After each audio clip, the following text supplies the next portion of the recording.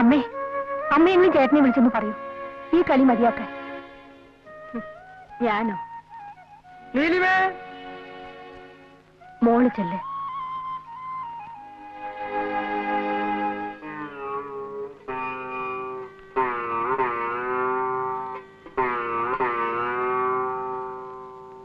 ഞാൻ പറഞ്ഞാൽ നീ അതനുസരിക്കും.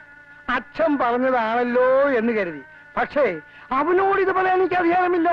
രണ്ടാനച്ഛന് സ്ഥാനമേ ഉള്ളൂ എന്ന് മനസ്സിലാക്കുന്നുണ്ട്. ഞാൻ അവനോടൊന്നും പറയാറില്ല. അത് പേടിച്ചിട്ടൊന്നും അല്ല. വേണ്ട, ആരും പറയണ്ട. എന്താ താമസം? ജീരകവെള്ളം റെഡിയായിരുന്നില്ല. മോളെ, ഇന്ന് അച്ഛന്റെ കൂടെ ഇരുന്ന് ഊണ് കഴിക്കണം. വേണ്ട, ഞാൻ നമ്മുടെ കൂടെ ഇരുന്ന് ഊണ് കഴിച്ചോളാം.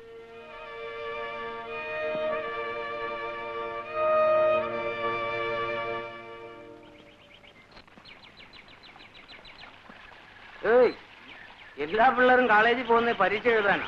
ഈ നാട്ടിൽ ചില പെൺപിള്ളേര് പരീക്ഷ എടുക്കുമ്പോ മുലക്കുപ്പി അന്വേഷിക്കില്ല പണി. എടോ, തന്റെ ഒരു കാലേ പൊട്ടിയിട്ടുള്ളൂ, അടുത്ത കാലും കൂടി. അവരോടൊന്നും സംസാരിക്കാൻ നിൽക്കണ്ട.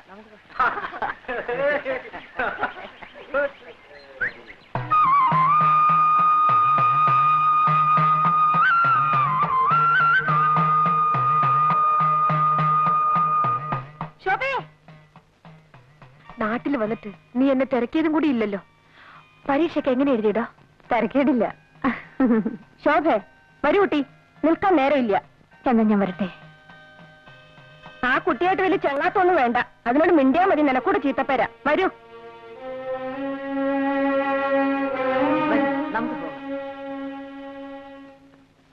ഈ ലക്ഷ്മിയടത്തേക്ക് വേറെ പണിയൊന്നുമില്ലേ? ദിവസം ഇത് എന്നെ ജോലി. കാശിക്ക് പോകുമ്പോ സാധുക്കൊക്കെ കൊടുക്കാലോ. ഒരു 101 രൂപയെങ്കിലും ആയിട്ടാവട്ടെ. അതെ അതെ, എന്നും ഇങ്ങനെ കാശി രാമേശ്വരം എന്ന് പറഞ്ഞിരുന്നോളൂ. കല്യാണമൊക്കെ കഴിഞ്ഞ് സുഖമായിട്ട് ജീവിക്കുന്നതിന് പകരം. അതിനൊക്കെ ഒരു തലയിലെടുത്ത് വേണ്ടേ കുട്ടി? പിന്നെ ഇവിടെ ഇങ്ങനെ യാതൊരു അല്ലലുമില്ലാതെ കഴിയുന്നുണ്ടല്ലോ, അത് തന്നെ ഒരു വലിയ ഭാഗ്യം. നിനക്കറിയില്ല, തറവാട് ഭാഗം വെച്ചപ്പോ എനിക്ക് 16 വയസ്സാ. ഒരു വസ്തു അറിയില്ല. എല്ലാരും കിട്ടിയതും വാങ്ങി അവരവരുടെ വഴിക്ക് പോയി. ലക്ഷ്മിയടത്തേക്ക് മാത്രം ആരും ഉണ്ടായിരുന്നില്ല. അമ്മയില്ല, അച്ഛനുമില്ല. ഇനിയിപ്പോ അതൊക്കെ എന്തിനാ പറയണേ? നിന്റെ അമ്മയില്ലാന്ന് വെച്ചാ ഇന്ന് ഞാൻ ഉണ്ടാവായിരുന്നില്ല. ലക്ഷ്മിയടത്തി കിടന്നുറങ്ങേ, എനിക്ക് ഉറക്കം വരുന്നു.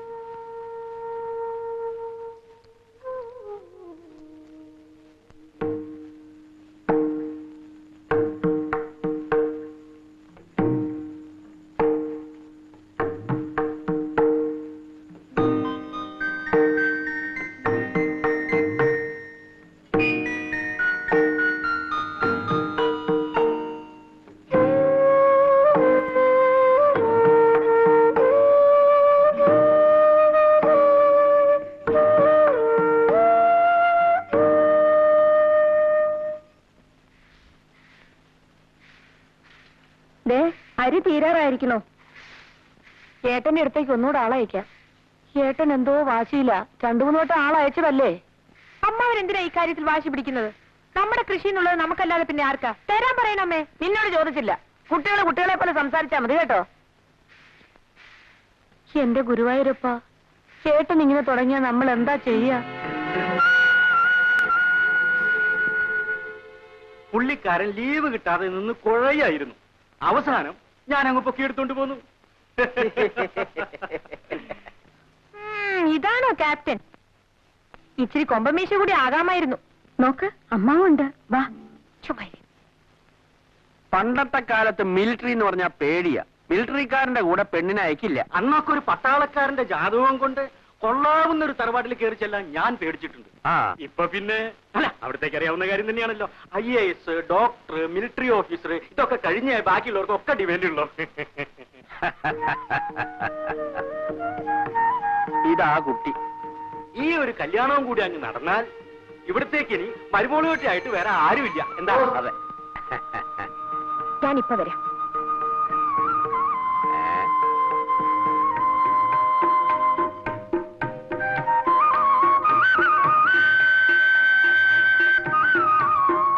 കല്യാണിക്കുട്ടിക്ക് ധാരാളം കത്ത് വരാറുണ്ടെന്ന് തോന്നുന്നു. മുമ്പൊക്കെ വെക്കേഷനിൽ വീട്ടിൽ വന്നാൽ കത്തിന്റെ ബഹളമായിരുന്നു. ഇപ്പൊ ഫ്രണ്ട്സിനെല്ലാം എനിക്ക് എഴുതാൻ പേടിയാ. പിന്നെ ചിലരൊക്കെ എഴുതും. കുട്ടിക്ക് അത്തയക്കാൻ ഫ്രണ്ട്സ് എന്തിനാ പേടിക്കുന്നത്? അതങ്ങനാ. അതെന്താ അങ്ങനെ? ഒന്നും പറയണ്ട, ഞാനൊരാളുമായി അല്പം ഇഷ്ടത്തിലായി. അപ്പോഴേക്കും ലോകം മുഴുവൻ എതിരായി. ഞാനെല്ലാം കേട്ടു. ഓ, അതിലൊന്നും കാര്യമില്ല. ഒരു പെൺകുട്ടിക്ക് ഒരാണിനോട് ദേഷ്യമാണെന്ന് പറഞ്ഞു എല്ലാവർക്കും സന്തോഷം. അതെ. അതേസമയം ഒരു പെണ്ണ് ആണിനോട് ഇഷ്ടമാണെന്ന് പറഞ്ഞാൽ എല്ലാവർക്കും സംസാരിക്കാൻ വിഷയമായി. അവിടെ ഏതോ ഭയങ്കര ക്രൈം ചെയ്തു പോലെ. എന്താ ശരിയല്ലേ? ആ, ഏതായാലും ഞാൻ തെറ്റുകാരിയായിപ്പോയി. ഇനി അത് മാറ്റിയെടുക്കണമെങ്കിൽ പ്രഭു തന്നെ കല്യാണം കഴിച്ചാലേ ഒക്കൂ. ആരാണി പ്രഭു? അറിയില്ലേ, എന്റെ കാമുകൻ. നിങ്ങൾ തമ്മിൽ ഇപ്പോഴും കത്തെഴുതാറുണ്ട്? അങ്ങോട്ടുണ്ട്, മറുപടി കിട്ടിയിട്ടില്ല. വന്നേ, അയാൾ വേറെ പെമ്പിള്ളേരെ വേറെ പോയി കാണും എന്ന് തന്നെയാ എനിക്കും തോന്നുന്നത്. ആളൊരു... എനിക്കൊന്നും കേൾക്കണ്ട. എനിക്കറിയേണ്ടത് കല്യാണിക്കുട്ടിക്ക് എന്നെ ഇഷ്ടമായോ എന്ന് മാത്രമാണ്. ഇഷ്ടക്കേടൊന്നുമില്ല. പക്ഷേ നിങ്ങൾ ഏത് തരക്കാരനാണെന്ന് അറിഞ്ഞില്ലല്ലോ ഇതുവരെ. മനസ്സിലായില്ല. മദ്യപിക്കുമോ, സിഗരറ്റ് വലിക്കുമോ, മറ്റു ചില പെൺകുട്ടികളായിട്ട് എന്തെങ്കിലും ഇടപാടുണ്ടോ, അങ്ങനെ എന്തെല്ലാം അറിയാനുണ്ട്. ഇതൊന്നുമില്ല.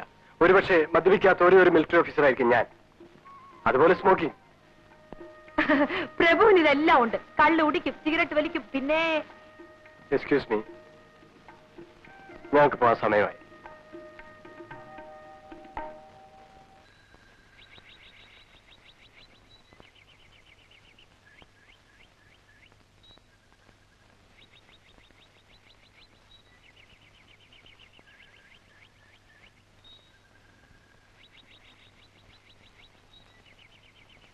ഇനി ആരും ഈ കാര്യവും പറഞ്ഞ് എന്നെ ബുദ്ധിമുട്ടിക്കാൻ നിൽക്കണ്ട.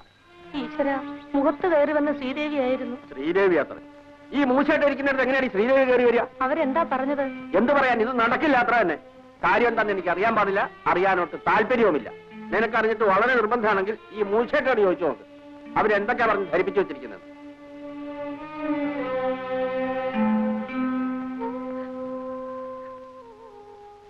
എന്റെ കഴുത്തിൽ താലി കണ്ടിട്ട് കണ്ണടയ്ക്കാൻ എനിക്ക് പറ്റില്ലേ മോളെ? അമ്മേ, ഞാൻ രോഗി. എന്റെ ആയുസ് തീരുകയാണ്. നിന്നെ ഞാൻ ആരുടെ കയ്യിൽ ഏൽപ്പിച്ചിട്ട് പോകും? ലക്ഷ്മിയെയോ? അമ്മ വെറുതെ പരിഭ്രമിക്കാതിരിക്കൂ. അതിന് തക്കവണ്ണം ഇവിടെ ഒന്നും ഉണ്ടായില്ലല്ലോ, ഇല്ലേ? അമ്മേ, എനിക്ക് മിലിറ്ററിക്കാരനെ കല്യാണം കഴിക്കാൻ ഇഷ്ടമല്ലമ്മേ. അതെന്താ?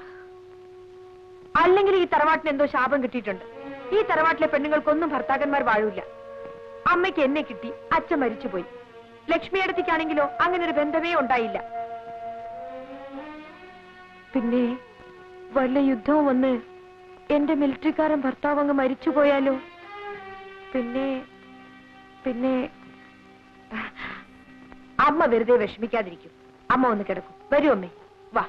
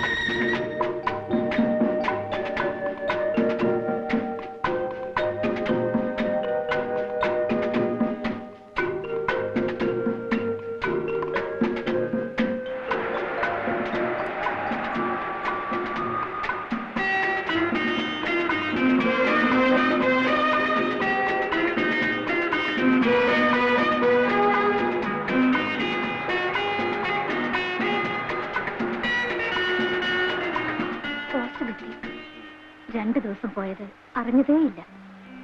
It was so nice.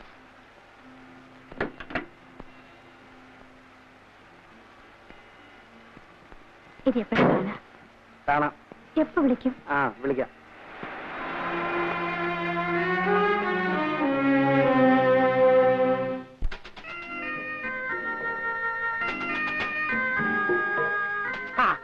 കുഞ്ഞു വന്നോ?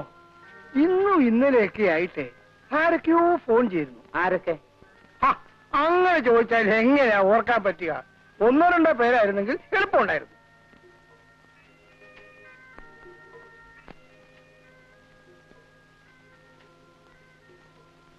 ഹോട്ടൽ ബില്ലായിരിക്കും.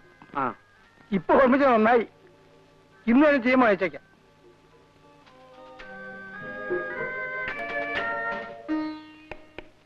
വളരെയധികം സംസാരിക്കണമെന്നുണ്ട്.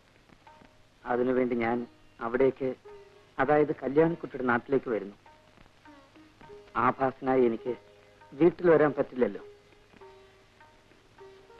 23-ാം തീയതി ഉച്ചയ്ക്ക് മുമ്പ് എന്നെ വന്ന് കാണുമോ? കല്യാണിക്കുട്ടി,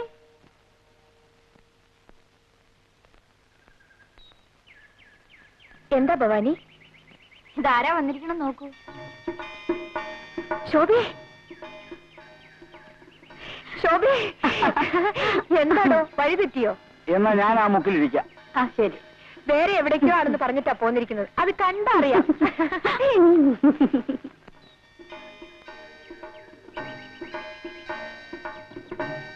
കളി കളയൂ കുട്ടി, നീ ആ മനുഷ്യനെ മറക്കണം. വെറും ഒരു അൺസ്ക്രൂപ്ലെസ് പ്ലേ ബോയ്. അങ്ങനെയാണെങ്കിൽ തന്നെ അതങ്ങ് മാറിക്കൂടുന്നില്ലല്ലോ. നിന്നോട് തർക്കിക്കാൻ ഞാനില്ല. വേണ്ടടോ, നമുക്ക് വേറെ എന്തെങ്കിലും സംസാരിക്കാം.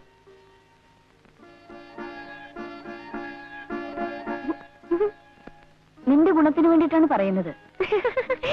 വീടോ, കല്യാണി രക്ഷിക്കാൻ കല്യാണിക്കറിയാം. ചുമ്മാ ഇരിക്കടോ.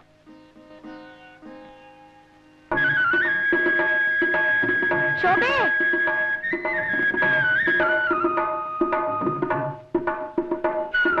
നിനക്കെന്നോട് പിണക്കൊന്നുമില്ലല്ലോ? ഞാൻ പോട്ടെ. ആ